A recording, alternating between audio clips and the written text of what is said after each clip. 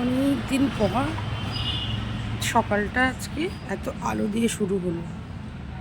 জানলা দরজা খোলার ইচ্ছেটাও প্রাণে এসেছে, আর সময় সুযোগও হয়েছে। নাহলে তো মেয়েটার এক্সাম নিয়ে এত চিন্তা ছিল, মনের অবস্থাও ভালো না, মায়েরও একটা বিপদ। দরজাটা যেন আর খুলতেই ইচ্ছে করছিল না। আচ্ছা একটু খুলে দিই, আচ্ছা একটু হাওয়া বাতাস আসুক ঘরটায়।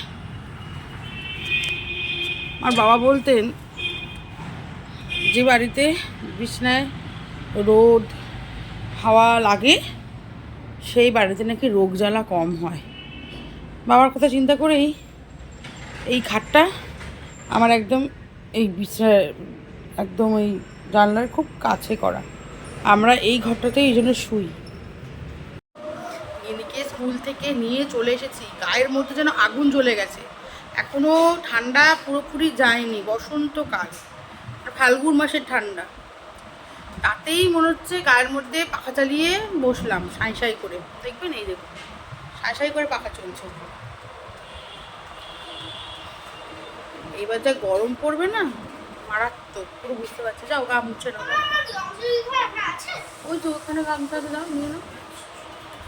কোনো চান হয়ে গেল, এসে চান করে নিয়েছে। আমি ভালো হয়েছে করে নিই। আমি পুরো রান্না আজকে শেষ করে যেতে পারিনি জানেন, অল্প একটু করে তারপর চলে গেছি। ভাত করেছি, ডালটা সেদ্ধ করেছি, আর লাউটা সেদ্ধ করে দিয়ে সিটি দিয়ে একটা সেদ্ধ করে জল ঝরিয়ে রেখে চলে গেছি। এখন সব লাউটাও করবো, বড়িটা ভেজে, আর ডালটা সোমবার দেবো। আপনারা ভাবছেন যে লেখা কেন এরকম করে লাউটা তুমি করছো, কারণ লাউয়ের সমস্ত গুণাগুণ তো বেরিয়ে চলে গেল গো। আপনারা ঠিকই বলেছেন জানেন, লাউয়ের গুণাগুণ সব চলে গেল তো। কিন্তু কী করবো বলুন, আমার তাড়াহুড়ো করে রান্না করতে হচ্ছে তো, ইচ্ছা করছে না। কারণ লাউ যখন আমি কড়াইতে দেবো না, এত জল বেরোয়, এত জল বেরোয়, সেই জল মরতে মরতে অনেক সময় লেগে যায়। আর সত্যি কথা বলতে জানেন, আমার লাউ খেতে একদম ভাল লাগে না, বেশ স্বাদ লাগে। একমাত্র লাউ যদি টক ডাল দিয়ে সাম্বর ডালের মতন করি তবে আমি লাউ খেতে পারি। এবার আমি সেটাই ভাবছি যে লাউ কি করবো, নাকি মুসুর ডাল আছে, মুগের ডালের জেনারেলি হয়, মুসুর ডাল দিয়ে সাম্বর ডালের মতন করে টক টক করে করবো। মানে বিশ্বাস করুন, আমি একদম লাউ পছন্দ করি না। আর আমার নাকি শরীরে লাউই দরকার, মানে সবাই বলে আর কি। আমার মা, আমার বরেরা তো সব জানে যে হেলথ কনসিয়াস অনেক। তাহলে আলটিমেটলি ভেবেছি যে সাম্বর ডালই করে ফেলবো। যদিও সাম্বর ডাল মুগের ডাল দিয়ে হয়, তা মসুর ডাল দিয়ে আমি করে খেয়েছি, খুব একটা খারাপ লাগে না, বোঝা যায় না, ভালোই লাগে। কারণ এমনি লাউ না আমার ভেতরে ভেতরে আমার মনে হচ্ছে না যে আমি খেতে পারবো। আর এই পেঁয়াজের টুকরোটা দেবো। সাম্বর ডালে কিন্তু পেঁয়াজ পড়ে, টমেটোও পড়ে। পেঁয়াজটা কেটে রাখলাম, টমেটো নিয়ে আসি। এই বসে থাক, বসে থাক, ম্যাম চলে যাচ্ছে। আর এই যে ইমলি পেস্ট, এটা সেটা হবেই না রান্না, এটাই খুঁজলাম। সবসময় রাখি আমি এই পেস্টটা, কারণ এখন আর না সেই তেঁতুলগুলো ভালো হয় না, খালি ইয়ে হয়ে যায়, পোকা পোকা বেরোয়।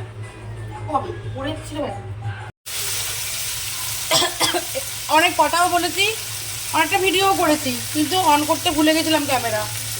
রেকর্ডটার বাটনটাই টিপিনি, আজকাল সব গোলমাল হয়ে যাচ্ছে, দেরি হয়ে গেছে তো। যাই হোক, এর মধ্যে দিয়েছিলাম সাদা তেল, সাদা তেলটা একটু গরম হয়ে গেলে দিয়েছিলাম একটা শুকনো লঙ্কা, এই যে, আর একটুখানি রাই। যার বাড়িতে রাই থাকবে রাই দেবেন, না থাকলে সর্ষে দেবেন।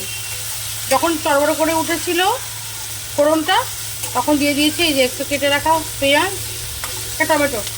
খুব পাতলা পাতলা করে কাটার দরকার নেই, একটু মোটা মোটা হলেও অসুবিধা নেই, মুখে পড়লেই ভাল লাগবে। এবার এর মধ্যে দিয়ে দেবো সেদ্ধ করে রাখা লাউ আর কড়াইশুঁটি। আরও সব সবজি দেওয়া যায়, মনের ইচ্ছা মতন আরও অনেক সবজি দেওয়া যায়, জানেন তো, ডাঁটা, গাজর, বিনস সবই দেওয়া যায়। এবার এটা নিলাম, একটুখানি মিশিয়ে নিলাম, নিয়ে ডাল ঢেলে দেবো। খুব ভালো হবে গো খেতে, ভয় পাবেন না, একবার বানিয়ে দেখবেন এরকম করে। সাম্বর ডাল খুব ঘন না হলেও চলে, পাতলা পাতলা ডাল যত হবে ততই ভালো লাগে খেতে। এই দিয়ে দিলাম। এবার এর মধ্যে দিয়ে দেবো জল, লাউটার মধ্যে নুন টুন কিচ্ছু দেওয়া নেই, ওই জন্য নুন হলুদ সবই এখন দিতে হবে। কিন্তু লাউটাতে আমি আসলে ভাবিনি যে সাম্বর ডাল হবে। লাউটা রান্না করার পর আমার জন্য লাউটার দিকে তাকাতে পারছিলাম না, সেজন্য হট করে সাম্বর ডাল বানানোর ডিসিশন নিলাম। ওই জন্য লাউটা হয়তো একটু বেশি হয়েছে, আপনারা ভাববেন না কিছু, অসুবিধা নেই। আমি এরকমভাবে একবার খেয়েছি লাউয়ের ডাল। আমাদের পরিমাণ মতো জল দিয়ে দিলাম। এইবারে কি করবো বলুন তো, এগুলো সমস্ত রান্না হয়েই রয়েছে, যে এবারে নুন টুন দিয়ে জাস্ট স্বাদটা করে নেব। নুন মিষ্টি দিয়ে একটুখানি মিষ্টি দিলাম, এই কটা চিনি, এই 7-8টা দানা, আর দেব নুন, আর দেবো সাম্বার মশলা। এই যে দিলাম সাম্বার মশলা 1 চামচ বড় করে। কি রে, কি করছিস বৌমা? আজকে মাসি আসছে না, ঘর দোয়ার নোংরা করিস না বলছি, তাই জন্য বেশি করে দুষ্টুমি করছিস। কি ইউসি আই এম ঝাড়? ভগবান,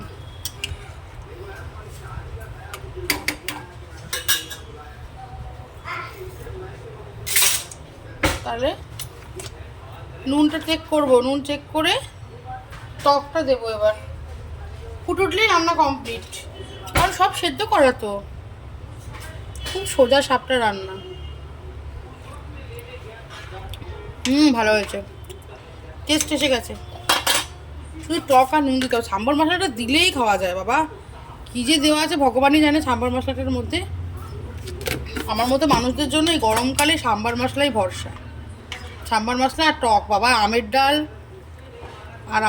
আর এই সাম্বারের ডাল, এইসবেই গরমকালটা এবার বাঁচবো। এখনও গরমকাল পড়েনি, তাতেই মানে শুরু হয়ে গেছে আমার, শুরু হয়ে গেছে। ভেবেছিলাম বলবো লাউ দিয়ে লাউয়ের চচ্চড়ি করবো, ডাল করবো, এরকম করে লাউ দিয়ে বড়ি দিয়ে করে। ও বাবা, লাউ দেখেই ভেতর থেকে ওয়াক চলে আসছে।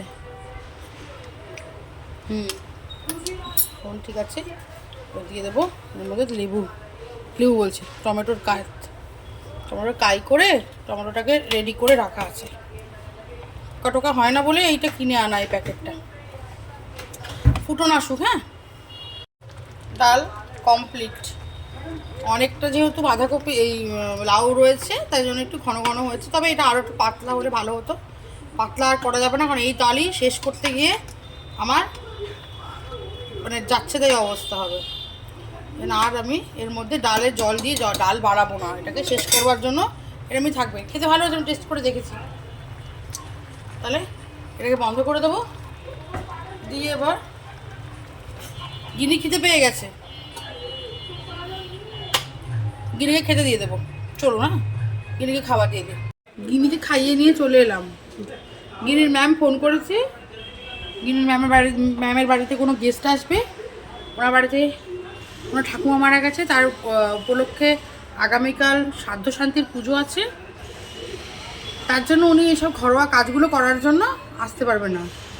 আর গুনুর কিন্তু আজকে মানডে, বুধবার মানে কাল বাদে পরশু কম্পিউটার ফাইনাল এক্সাম।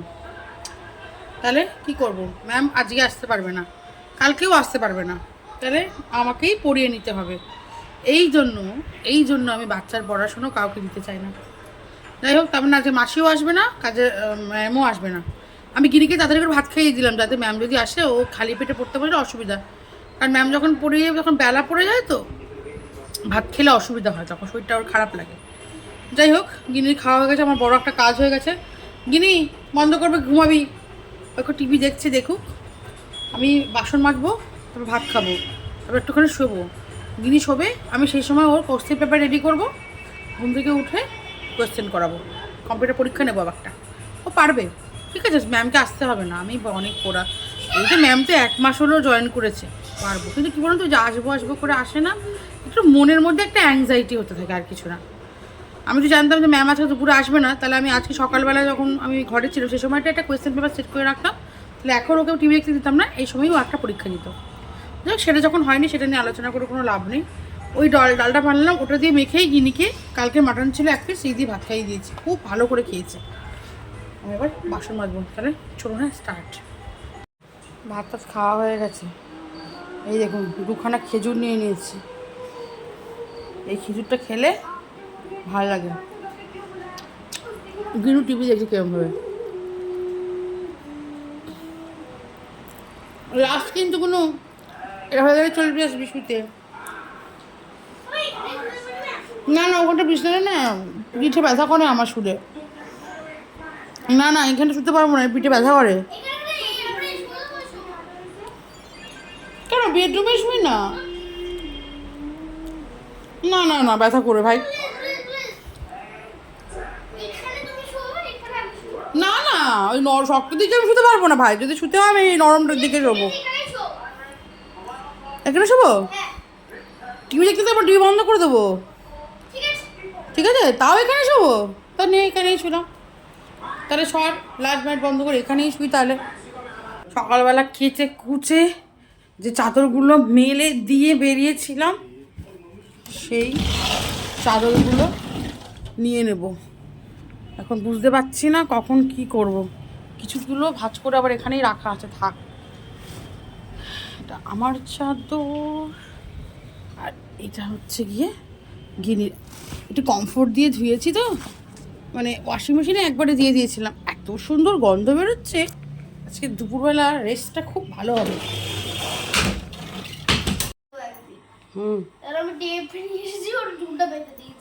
ফুলের চুলটা বেঁধে দিয়েছিস?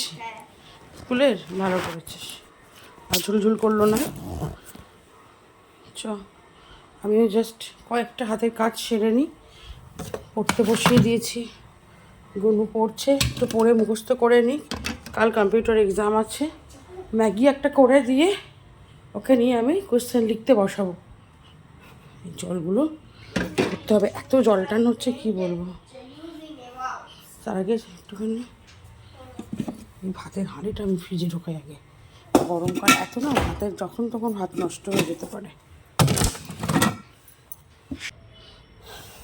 তারা ও শোনটা মাথা পড়তে বসেছিল। দেখ বাবা একটু খেলা করছিস বল।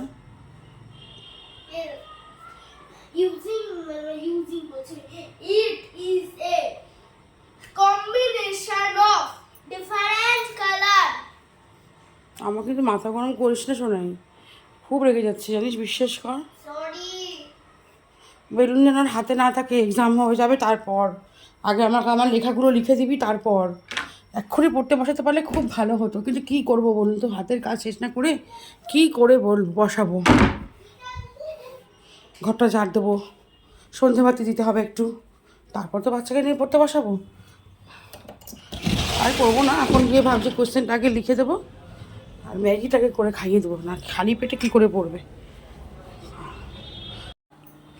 গিরিকে খাবার দিয়ে দিয়েছি, আর রান্নাঘর মোটামুটি বাসনপত্র সমস্ত গুছিয়ে শর্ট আউট করে ফেলেছি। এখন শুধুমাত্র এই যে জলের মেশিন চালিয়েছি, জলটা ভরে যাক সেই, আর এই কটা বাসন দুপুরে খেয়েছি সেই কটা পড়ে আছে। তো এখন আমি এগুলো করবো না, আর এগুলো করলে মেয়ের পড়াশোনা হবে না কাল। এরকম না, এরকম একটা ঝাঁটা কিনবেন, খুব ভালো। এইগুলো না ফুল পড়ে না, অনেকটা দিন এই ঝাঁটাগুলো চলে। আমারটা গাল, আর এই দেখুন এরকম ঝাঁটা কিনবেন। হ্যাঁ আমি এখন ঝাঁটা দিচ্ছি, যে গিনি লিখছে, গিনিটা লেখে। ও যদি আমাকে সহযোগিতা না করে তাহলে কি আমি একা এত বড় বাড়িঘর সামলে ওকে পড়াতে পারি? অর্ধেক দিনই তো মাসি আসে না, রেখেও লাভ নেই, না রেখেও লাভ নেই। মানে কি যেটুকু আসে সেটুকুনি রেহাই, সেইটুকু একটু উপকার হয়, এই যা, সেজন্যই রাখা। এক এক সময় রাগ হয়, মনে হয় দূর দূর করে তাড়িয়ে দিই, কিন্তু কী করবো। তখন ভাবি যে এই ঠান্ডা ফান্ডাগুলো শরীর যেদিন আসে তখন তো আর এই কাজগুলো করতে হয় না। তখন কী বলুন তো, পড়ানোর জন্য বেশি সময় পাই বা একটু রেস্ট করার টাইম পাই। আর ছোটোবেলাতে কখনো এইসব নোংরা কাজগুলো করিনি, তো খুব কষ্ট হয় আমার এই কাজগুলো করতে। অন্য কাজ করতে কোনো অসুবিধা হয় না, রান্না বলুন অনেক রান্না করে দিতে পারবো, কোনো প্রবলেম নেই। সবজি কাটাও বসে বসে অনেকটা সবজি কাটতে পারবো, কিন্তু এই যে ঘর মোছা বাসন মাজা এই কাজগুলো একদম ভালো লাগে না করতে, ভালো লাগে না। আর আমার সাবান সোডা অ্যালার্জি জানেন, আমার নখকুনি হয়। আমার আঙুলগুলো ঠোকা ঠোকা তো, আঙুলের শেপটা, কারো কোনো আঙুলের শেপ লম্বাটে, আমার আঙুলের শেপটা হলো গিয়ে গোল। তাতে আমার নখের কোনায় জল বসে, তো আমার কিন্তু নখকুনি হয়। আর কি মারছি না গো, এটা আমি জানতাম না। আমার এই বাড়িতে শ্বশুরবাড়িতে আসার পরে অনেক সাবান সোটা কাচতো তো বিয়ের পরে পরে, কাপড় জামা কাচতাম, বিছানা চাদর কাচতাম, এইসব কাচতাম। কেচে ওমা দেখি পায়ের নখের কোনায় এত বড় একটা ইয়ে হয়ে গেল, গর্ত হয়ে গেছে। কি সে প্রচণ্ড যন্ত্রণা, অপারেশন করাতে হয়েছিল জানেন। 2টো সেলাই পড়েছিল আমার। সে সেলাই কাটতে গিয়ে আর এক বিভ্রান্তি, সেলাই কাটতে গিয়ে আমার বড় অজ্ঞান হয়ে গেল। আমাকে ডাক্তার কি সেলাই কাটবে, ওকে নিয়েই পড়েছে এবার, জ্ঞান ফেরাতে পারছে না। পাটা যেই খুলেছে, জানো তো প্যারাডিন দেওয়া থাকে, কেমন ভয়ঙ্কর দেখতে লাগে। আর নখের মাঝখান দিয়ে 2টো সেলাই না, ও দেখে পুরো একদম অজ্ঞান হয়ে গেছে সঙ্গে সঙ্গে। আর সেই পরে খুব ভোগান্তি হয়েছিল এবারটা, খুব কষ্ট পেলাম। নখের ব্যথা কি মারাত্মক, দপদপ দপদপ সারা রাত করতো। বুঝতেই পারতাম না, বয়সটা কম ছিল তো। পেকে যে পুজ হচ্ছে, ভেতরে ভেতরে গর্ত হচ্ছে, পরে এতটা যন্ত্রণা করছে, বুঝতেই পারতাম না কিছু।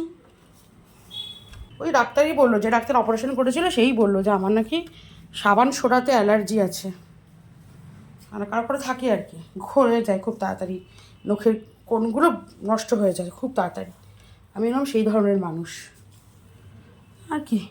তারপর থেকে আর সাবান সোডা সেইভাবে ঘাঁটি না, ওয়াশিং মেশিনেই কাছাকাছি করি আর কি। তবে থেকে এখন ভালো আছে। সাবানের ক্ষেত্রেও তাই, মানে বেশি বেশি বাসন মাজলে দেখেছি আমার করে এই যে এই আঙুলটা ব্যথা করে, এই আঙুলটা, এই রিং ফিঙ্গারটা দেখছেন গর্ত গর্ত, এইগুলো ব্যথা করে। মানে আঙুলটাই আমার এরকম গোল গোল গোল গোল আঙুল, এই কোণাটা দেখছেন, এই আঙুলটা সাইডটা ঝাপসা হয়ে রয়েছে, ফোকাস নিচ্ছে না ক্যামেরাটা। যাই হোক, ওই কোণাটা আমার এখনও পুরো ওইখানটাতেই ব্যথা করে, খুব ভয় লাগে আমার। একবার অপারেশন হয়েছে তো, খুব যন্ত্রণা করেছিল সে সময়। ওরে বাবা রে, যখন অ্যানাস্থেশিয়াটা কেটেছি গো, ওহ সে কী যন্ত্রণা, নখটা তো অর্ধেকটা বাদ দিয়ে দিয়েছে গোটাটা, খুব কষ্ট পেয়েছিলাম গো। ওহ, এখনও মনে পড়লে ভয় লাগে। আমার গিনি হওয়ার পরে যেরকম আমি আমার পেটে কাটায় ব্যথা পাইনি, কিন্তু অ্যানাস্থেশিয়ার জায়গাটা যেমন যন্ত্রণা করেছিল, আর হাতে একটা অ্যানাস্থেশিয়া না, হাতে একটা সেই স্লাইন যাওয়ার জন্য ঘর করে না, ওইটা করেছিল। ওইটা আমার 7 মাস আমার গিনির মুখে ভাত হয়ে যাচ্ছে, তখনও ব্যথা করতো আমার, ঠিক সেইরকম ব্যথা। মানে মেন জিনিসে যত না ব্যথা, তার থেকে তার পরের ওগুলো ব্যথা সেইরকম। ওই আমার অপারেশনে, নখের কুনির অপারেশনটাতে সেলাই কাটতে গিয়েও ব্যথা করেনি। যখন অপারেশন করে তখন তো অজ্ঞান করে করেছে, বুঝতে পারিনি। কিন্তু তারপরে যখন ঠাবর পেয়েছি যে পায়ের কাছটা গেল, ওরে বাবা সে কি যন্ত্রণা রে ভাই, সব ভোলা যাবে না, ওসব ব্যথা বোঝা না। এই নে তোর পুতুলের লেজ পেয়েছি, আয় না তাড়াতাড়ি আয়। এই নে ওইখানে আবার তুলে নে, ওই দেখ পার্পল কালার, হ্যাঁ পুতুলের লেজ নে, যা বাবা। এটার জন্য মা তুমি ভালো করে ঝাড় দেওয়া দেখো, আমার পুতুলের লেজ হারিয়ে গেছে, কি বলুন তো, দাঁড়ান দেখাচ্ছি। এই নে, কোথায় গেল সে, ওর মধ্যে যা দেখা নিয়ে আয় দেখে। খুলতে হবে না, দে এমনি দেখা যাবে। বাবা নে তাড়াতাড়ি আয়, বারবার খুলবি না।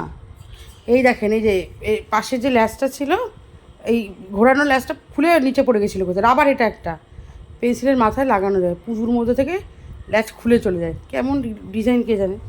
এই গেল দেখ দেখ দেখ, এখন রাত্র বাজে, ওরে বাবা প্রায় 1:45। আমরা চাকদি ইন্ডিয়া দেখে শেষ করলাম।